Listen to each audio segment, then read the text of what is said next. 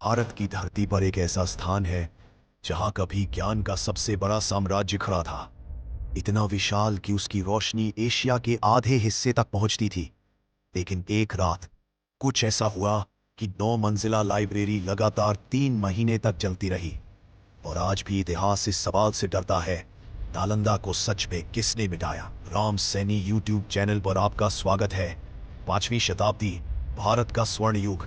यही वो समय था जब जन्म हुआ दुनिया के पहले रेजिडेंशियल विश्व सिद्धांत का, नालंदा।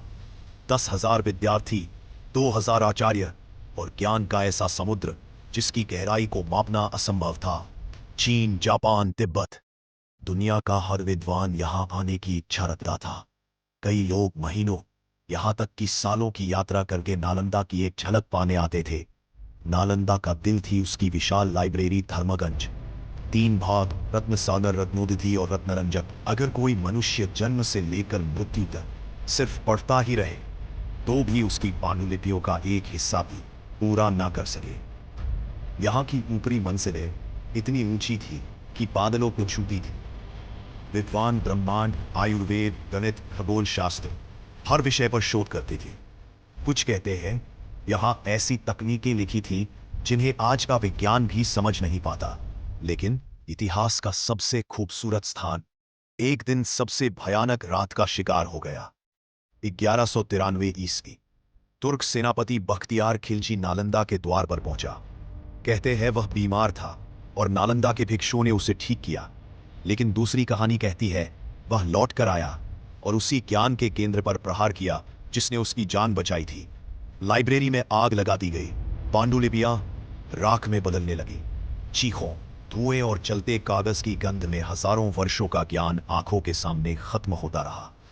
इतिहासकार बताते हैं कि इतनी किताबें थीं कि आग 3 महीने तक बुझी ही नहीं। लेकिन यह कहानी यही खत्म नहीं होती। कुछ विद्वान आज भी कहते हैं नालंदा का विनाश सिर्फ एक हमला नहीं था, यह ज्ञान को मिटाने की एक गहरी साजिश थी।